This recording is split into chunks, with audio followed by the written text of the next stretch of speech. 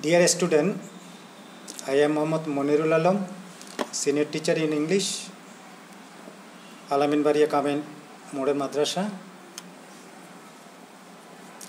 Accept my felicitation.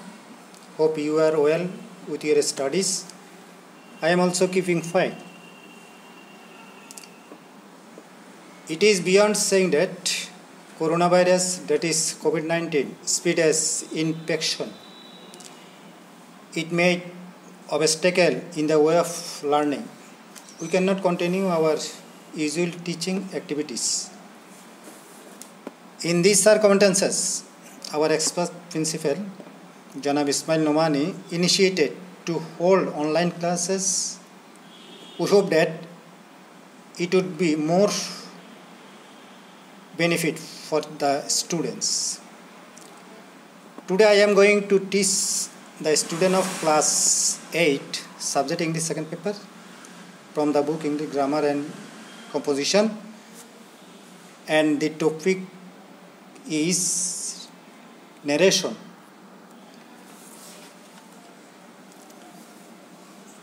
First of all, I want to give definition of narration in Bengali. কোনো বক্তার উক্তিকে প্রত্যক্ষ বা পরোক্ষভাবে বর্ণনা করার নাম ন্যারেশন বা স্পিচ। ইংরেজিতে বলতে গেলে narration is the way of narrating the speech of a speaker. A speech can be narrated either directly or indirectly. There are two types of narration. One, direct narration. Number two, indirect narration.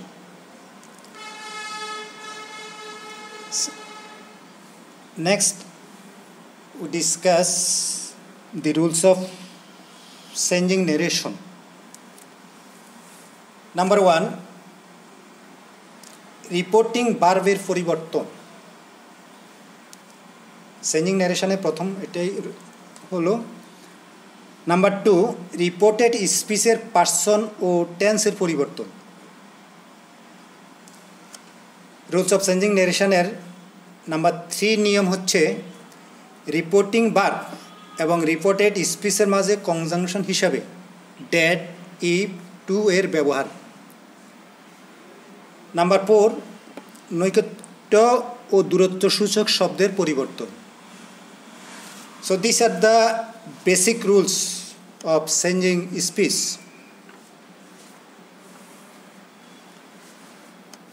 Next আমরা structure of changing narration in different sentence, অর্থাৎ বিভিন্ন সেন্টেন্সের narration পরিবর্তনের গঠনটা আমরা বলবো। প্রথম assertive sentence. Assertive সেন্টেন্সের ন্যারেশনের স্ট্রাকচার হচ্ছে প্রথম সাবজেক্ট প্লাস সে টুর পরিবর্তে told plus object plus Z plus reported স্পিচের subject plus to be verb plus মূল ভার্ব, এরপর এক্সটেনশন। আমরা একটা এক্সাম্পল সেট করলে, Naim said to me you will get it back soon. Indirect narration করতে গেলে নাইম সেড টুর পরিবর্তে টোল্ড হবে, মি থাকবে, কমা কোটেশনের পরিবর্তে ড্যাড, আর ইউ বলতে এখানে মিকে মেনশন করতেছে, তাই এখানে আই হবে ড্যাড আই, আর উইলের পাস্ট টেন্সে অনুরূপ পাস্ট টেন্স উড হবে gate it back.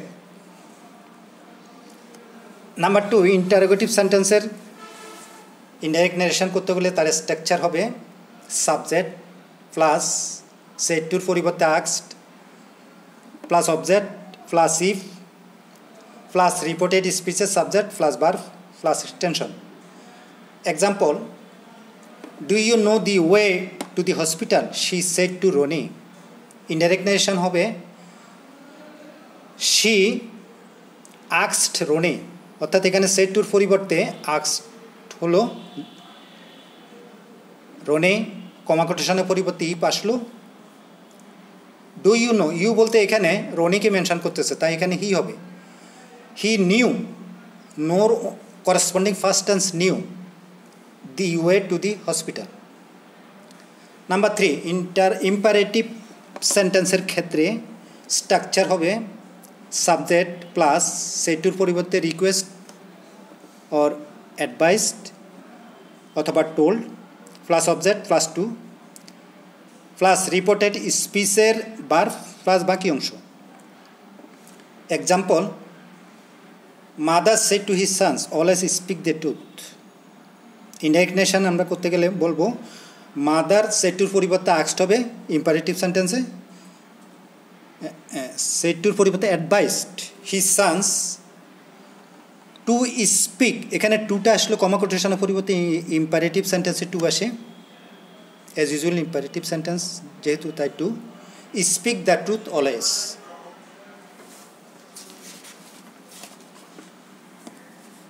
Next operative sentence structure হচ্ছে subject plus wished plus prayed plus that plus reported স্পিচের সাবজেক্ট প্লাস মাইট প্লাস মূল ভার্বের শেষ পর্যন্ত। এরপর এক্সাম্পল যদি আমরা চ্যাট করি, he said to me may you be happy. Indirect narration হবে হি সেড টুর পরিবর্তে অপারেটিভ সেন্টেন্সে ফ্রেড আসলো কমা কোটেশনের পরিবর্তে ডেট, মে ইউ, ইউ বলতে এখানে মিকে মেনশন করতেছে তাই এখানে আই হবে, তারপর মের পাস্ট অনুরূপ পাস্ট টেন্স মাইট হবে বি হ্যাপি। এরপর এক্সক্লেমেটরি সেন্টেন্স, এক্সক্লেমেটরি সেন্টেন্সের স্ট্রাকচার হচ্ছে সাবজেক্ট প্লাস এক্সপ্লেনিং জয় অথবা explain sorrow plus that plus reported স্পিচের subject plus verb plus very or great plus adjective plus tension. Example, he said what's a good news. Indirect নারেশনে যদি আমরা করতে চাই he exclaim enjoy, that is expression is enjoy. That comma কোটেশনের পরিবর্তে that আসলো, good news এখানে good নিউজের পরিবর্তে সাবজেক্ট হিসাবে ইট আসবে আর ইজের পাস্ট টেন্সও ওয়াজ হবে। A very good news, very বলতে এখানে একটা যেহেতু একটা আনন্দসূচক শব্দ তাই এখানে বেরি হিসাবে শব্দটা বেরি শব্দটা আসবে আনন্দবাসক অর্থে। তো এগুলি হলো ন্যারেশন ডিটাচ সেন্টেন্সের ক্ষেত্রে। এরপর আমরা একটা প্যাসেজ ন্যারেশন আলোচনা করব যেটা তোমাদের পরীক্ষায় অ্যাজ ইউজুয়াল থাকবে। তো প্যাসেজ ন্যারেশন করতে গেলে প্রথম আমি কিছু নিয়ম আলোকপাত করব তোমাদের সুবিধার্থে। নিয়মগুলির মধ্যে ফার্স্ট বলতে হয় ডিটাচ সেন্টেন্স এবং প্যাসেজ ন্যারেশন পরিবর্তনের নিয়ম এক হলেও বাক্যের ধারাবাহিকতা ও সম্পর্ক বজায় রাখার জন্য কিছু লিঙ্কিং ওয়ার্ডস যেমন said that and added that and further asked etcetera ব্যবহার করতে হয়। নাম্বার 2 নিয়মের মধ্যে হয় যে সেন্টেন্সের ন্যারেশন পরিবর্তনের কথা বলা হয় সেই সেন্টেন্সের নিয়ম মেনে ন্যারেশন চেঞ্জ করতে হয়। 3 নম্বর নিয়মের মধ্যে আসে রিপোর্টিং ভার্ব বাক্যের শুরুতে নিয়ে আসতে হয়। 4 নম্বর নিয়মের মধ্যে আসবে সম্বোধনসূচক শব্দ যেমন স্যার থাকলে তার পরিবর্তে রেসপেক্টফুলি বা পলাইটলি লিখতে হয়। So this are the basic rules of changing narration in regards to passage narration. Next আমরা একটা এক্সাম্পল আলোচনা করব। একটা প্যাসেজ ন্যারেশন দিচ্ছি তোমাদের এখানে। আমি প্রথম বলবো Nasrin, have you done your English lessons today? Said the teachers. Yes, sir, I have done it, but I have not understood some grammatical points, replied Nasrin. Where is the problem? Said the teacher. Let us try again. This is the passage questions. আমরা যদি এটার answer করতে যাই, আমরা জানি প্রথম narration করতে হলে স্পিকার অর্থাৎ বক্তা এবং পার্সন স্পোকেন টু অর্থাৎ শ্রোতা নির্ধারণ করতে হবে। এখানে স্পিকার হচ্ছে টিচার এবং পার্সন স্পোকেন টু হচ্ছে নাসরিন। তাহলে দি টিচার আস্কড নাসরিন, যেহেতু এটা ইন্টারোগেটিভ সেন্টেন্স তাই এখানে সেড টুর পরিবর্তে এখানে আস্কড আসলো, আস্কড নাসরিন ইফ, কমা কোটেশনের পরিবর্তে ইফ আসবে। শি হ্যাড ডান, শি বলতে এখানে নাসরিনকে বোঝানো হচ্ছে। এখানে হ্যাভের corresponding first tense had, done her. এখানে পজিটিভ কেজে নাসরিনের পরিবর্তে হার আসলো, ইংলিশ লেসন্স। আর টুডেটা ড্যাট ডে হবে, নৈকট্যবাচক শব্দ দূরত্ববাচক শব্দ পরিণত হলো। নাসরিন রেসপেক্টফুলি আনসার, এখানে নাসরিন রেসপেক্টফুলি শব্দটা কেন আসলো? কারণ এখানে বলছে ইয়েস স্যার, এখানে স্যার সম্বোধন সূচক শব্দের জন্য এখানে রেসপেক্টফুলি শব্দটা আসলো, ইয়েস স্যার। তাহলে Nasrin respectfully answer in the affirmative, ইয়েসের পরিবর্তে ইন দ্য অ্যাফার্মেটিভ আসলো। অ্যান্ড সেড ডেট, এবং সে আবার বলল যে ডেট শি হ্যাড, শি বলতে এখানে নাসরিনকে বোঝাচ্ছে, শি হ্যাড ডান ইট। এখানে আই বলতে নাসরিনকে বোঝাচ্ছে, ওই জন্য শি ব্যবহৃত হচ্ছে, হ্যাভের first corresponding first tense had হলো ডান ইট। তো শি ফার্দার অ্যাডেড ডেট, অর্থাৎ এখানে নাসরিনে আরও কিছু বলতেছে, সেজন্য ফার্দার শব্দটা লিঙ্কিং ওয়ার্ড হিসাবে আসলো। She further added that she had not, এখানে শি বলতে এখানে নাসরিন বলছে কি I have not understand, I বলতে এখানে নাসরিন, শি হলো had not understood some grammatical points. এরপর দি টিচার অ্যাগেইন আস্কড, অর্থাৎ টিচার তাকে আবার জিজ্ঞাসা করলো where is the problem.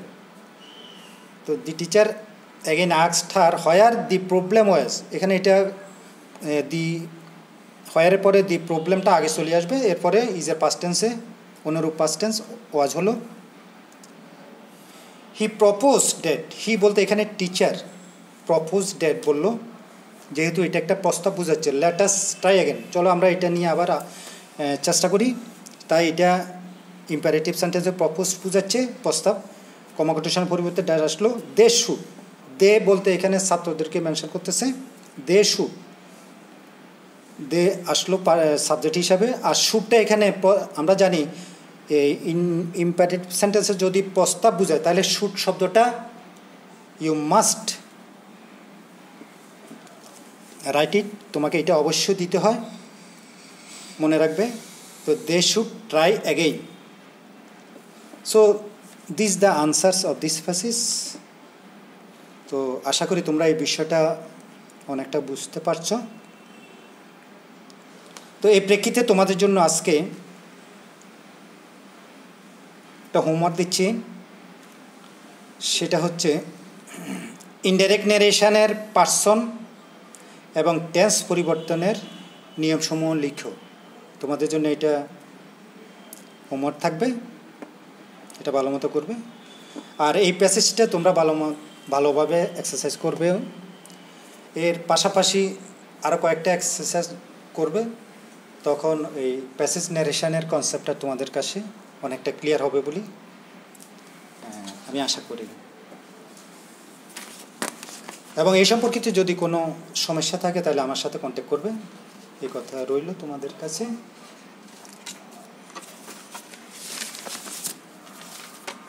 So these are the lessons for today. Now come to another points. It is known to of us that due to coronavirus, the environment of the whole country is at stake. So try to take and keep in good health, following the preventive measures of coronavirus COVID-19. তো এর সাথে সাথে তোমাদের পিতামাতা যারা শিক্ষিত তাদের সাথে সহানুভূতিশীল আচরণ করবে এবং তাদের থেকে যত সম্ভব শিক্ষা সহায়তা নিতে চেষ্টা করবে। তাই I am ending wishing a good futures. Thanks to all of you.